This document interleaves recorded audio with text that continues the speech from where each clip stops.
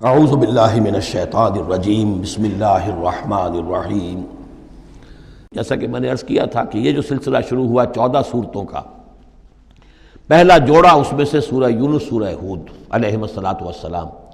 البتہ جو تیسرا اس کے اندر سب گروپ، میں نے کہا تھا تین کے سب گروپ ہیں، یہ تیسری سورت جو ہے سورہ یوسف، یہ بالکل پورے قرآن میں منفرد ہے اپنے مزاج کی۔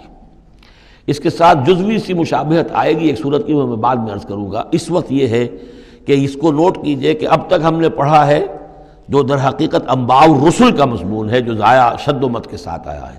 حضرت ابراہیم کا تھوڑا سا ذکر سورہ انعام میں ہم نے پڑھ لیا، کچھ تھوڑا سا ذکر جو ہے وہ سورہ ہود کے اندر آ گیا ہے، لیکن یہ ہے کہ اصل جو آیا ہے انباء الرسل، ایام اللہ فذکرہم بایام اللہ۔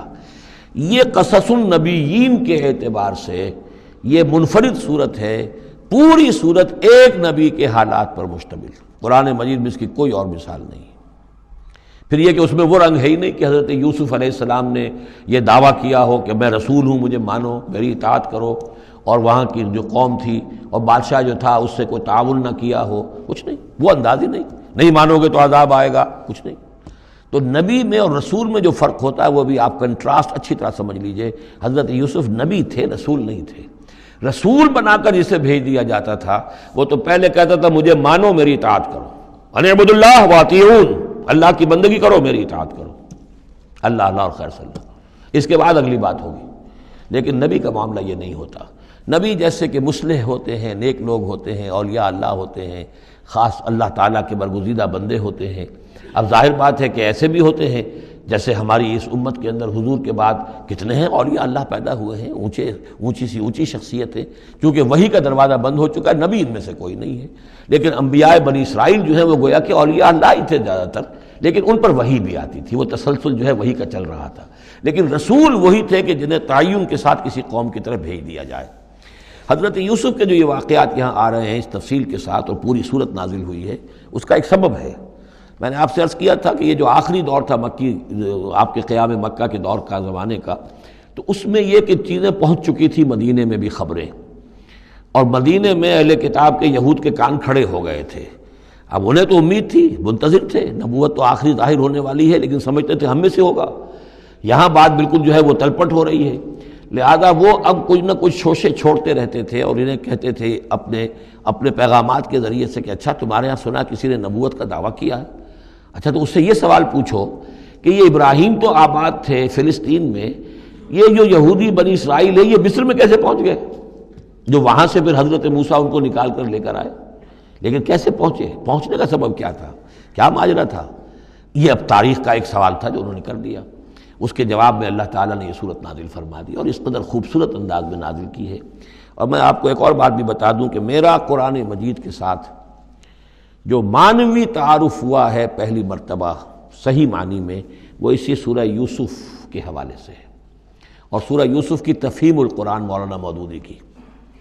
1947 میں میں میٹرک کا امتحان دے چکا تھا، ہمارا رزلٹ بھی آ چکا تھا، لیکن یہ کہ اس کے بعد وہ فسادات کیا قتل عام شروع ہوا مسلمانوں کا مشرقی پنجاب میں۔ میں حصار میں تھا، تو حصار اس شہر کا نام تھا، لیکن ہم اس میں محصور بھی ہو گئے۔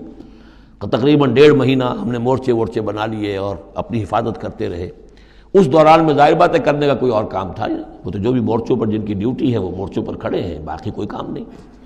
تو میں اور میرے بڑے بھائی اس زمانے میں پھر ایک مسجد کے اندر بیٹھ کر، چونکہ انہوں نے بھی، وہ مجھ سے تو ویسے 6 سال بڑے ہیں، انہوں نے بھی جب میٹرک کیا تھا تو عربی پڑھی تھی، اور میں نے تازہ میٹرک کیا تھا اور میرے پاس بھی عربی کا مضمون تھا، تو پھر یہ ہم پڑھتے تھے۔ اور ترجمان القرآن جو مولانا مودودی کا رسالہ تھا، اس میں ان دنوں تفہیم القرآن میں یہ سورہ یوسف کی تفسیر شائع ہو رہی تھی، تو ان دنوں ہم مسجد میں بیٹھ کر یہ سورہ یوسف تفہیم القرآن سے، پھر چونکہ مجھے کچھ عربی آتی تھی اور تازہ تھی، اچھی تھی، تو اس میں یہ کہ ہماری گفتگو بھی ہوتی تھی، مذاکرہ کرتے تھے۔ تو اس طریقے سے جو پہلا بیرا، اس سے پہلے بھی بہرحال یہ کہ قرآن ہے، اللہ کا کلام ہے، اللہ کی کتاب ہے، ہمارا اس پر ایمان ہے، کچھ اس کو سمجھنا، کچھ پڑھنا، یہ تو تھا، لیکن جو ایک معنوی ایک ربط قائم ہوا، ذہنی رشتہ، ایک قلبی رشتہ، وہ در حقیقت سورہ یوسف اور سورہ یوسف کی بھی وہ تشریح و تعبیر کے جو مولانا مودودی نے تفہیم القرآن میں کی۔ بسم اللہ الرحمن الرحیم، الف لام را، تلک آیات الکتاب المبین، یہ ایک روشن آیات کی کتاب کی آیات ہیں۔ انا انزلناہ قرآنا عربیا، ہم نے اس کو نازل کیا ہے عربی قرآن بنا کر۔ کس کو نازل کیا ہے؟ وہ جو ام الکتاب میں ہمارے پاس ہے، وہ جو لوح محفوظ میں ہے، اس کو ہم نے اتارا ہے اب محمد پر، تو قرآن عربی بنا کر اتارا ہے۔ لعلکم تعقلون، تاکہ اے عربو، اے عرب کے رہنے والو، اے امیین کہ جن کی طرف اولین بعثت ہمارے رسول کی ہوئی ہے، تم اچھی طرح سمجھ سکو۔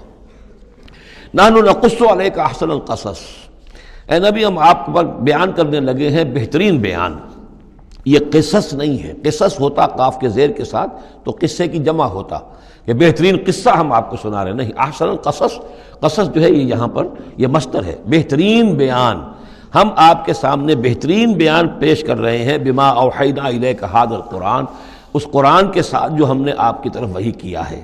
وَإِن كُنتَ مِن قَبْلِهِ لَمِنَ الْغَافِلِينَ، اور یقیناً آپ اس سے پہلے، اس قرآن میں اس قصے کے آنے سے پہلے، قرآن میں اس بیان کی آمد سے پہلے، وحی سے پہلے آپ یقیناً بالکل ناواقف تھے، غافل تھے، آپ کو کچھ معلوم نہیں تھا کہ یہ حضرت یوسف کیسے وہاں پہنچے اور بنی اسرائیل کیسے پہنچ گئے۔ اس قال یوسف لأبیہ، حضرت یعقوب علیہ السلام کی ایک تو بڑی بیوی تھی، ان سے 10 بیٹے تھے، بڑے تھے، جوان تھے، پھر ایک چھوٹی بیوی تھی، ان سے یہ 2 بیٹے تھے، یوسف بڑے ان میں سے اور بنیامین چھوٹے، 12 بیٹے تھے ان کے یہ۔ اس قال یوسف لأبیہ، یاد کرو جب کہ کہا تھا یوسف نے اپنے والد سے، حضرت یعقوب سے، یا ابت، ابا جان، انی رأیت 11 کوكبا، میں نے دیکھا ہے 11 ستارے، والشمس والقمر، اور سورج اور چاند، رأیتہم لی ساجدین، کہ وہ مجھے سجدہ کر رہے ہیں، میرے سامنے جو ہے سجدے میں ہیں۔ قال یا بنی لا تقصص رؤیاک علی اخوتک، حضرت یعقوب علیہ السلام نے اس بات کو سمجھ لیا کہ یہ 11 بھائی اور یہ میں ماں باپ، ہمارا کوئی خاص معاملہ ہونے والا اس بیٹے کے ساتھ، اور اللہ تعالیٰ اس بیٹے کی کوئی خاص فضیلت ظاہر کرنے والا ہے، لہذا فرمایا کہ یہ اپنا بیان لا تقصص رؤیاک علی اخوتک، اپنے بھائیوں کے سامنے بیان نہ کر دینا، فیکیدوا لک کیدا، تو وہ تمہارے خلاف کو سازش کریں گے، اس لیے کہ ان میں پھر حسد کی آگ بھڑک اٹھے گی، اور وہ سوچیں گے کہ اللہ تعالیٰ نے یہ فضیلت اگر کوئی رکھی تو ہماری بجائے وہ اس یوسف کے لیے رکھی ہے، تو اس سے کہ تمہیں کوئی غضب پہنچ جائے گا۔ ان شیطان للانسان عدو مبین، یقیناً شیطان تو انسان کا کھلا دشمن ہے ہی۔ وَكَذَلِكَ يَجْتَبِيكَ رَبُّكَ وَيُعَلِّمُكَ مِن تَأْوِيلِ الْأَحَادِيثِ، اور اسی طریقے سے تمہارا رب جو ہے تمہیں پسند کر لے گا، چن لے گا، یعنی نبوت کے لیے اب معلوم ہوتا ہے کہ میرے بیٹوں میں سے اللہ نے تمہیں چن لیا ہے، یہ معلوم ہوتا ہے۔ كَذَلِكَ يَجْتَبِيكَ رَبُّكَ، اسی طرح اللہ چن لے گا، برگزیدہ کرے گا تجھے۔ وَيُعَلِّمُكَ مِن تَأْوِيلِ الْأَحَادِيثِ، اور تمہیں سکھائے گا تعویل الاحادیث۔ اس کے 2 معنی ہیں، ایک تو یہ کہ خواب کی تعبیر کرنا، اور یہ کسی بھی بات کی تہ تک پہنچ جانا، کنہ تک پہنچ جانا۔ تو عام اگر لیں گے تو کسی بھی بات، معاملہ فہمی جسے ہم کہتے ہیں، جز رسی، کسی چیز کے جو ہے اجزاء تک انسان پہنچ جائے، نگاہ دور تک چلی جائے، وہ بھی، اور یہ کہ اس کو تعویل الاحادیث جو ہے یہ خاص طور پر خوابوں کے لیے بھی ہے۔ وَيُتِمُّ نِعْمَتَهُ عَلَيْكَ، اور اتمام فرمائے گا اپنی نعمت کا تجھ پر، وعلی آل یعقوب، اور تمام آل یعقوب پر، کما اتمھا علی ابویک، جیسے کہ اس نعمت کا اس نے اتمام فرمایا تیرے آباء و اجداد پر، من قبل پہلے، ابراہیم و اسحاق، ابراہیم اور اسحاق پر، یعنی اسحاق تمہارے دادا اور ابراہیم تمہارے پردادا۔ اپنا نام انہوں نے نہیں لیا، ظاہر بات ہے کہ وہ خود اپنا ذکر کیسے کرتے۔ ان ربک علیم حکیم، یقیناً تیرا رب جو ہے وہ علیم ہے اور حکیم ہے۔ صدق اللہ العظیم۔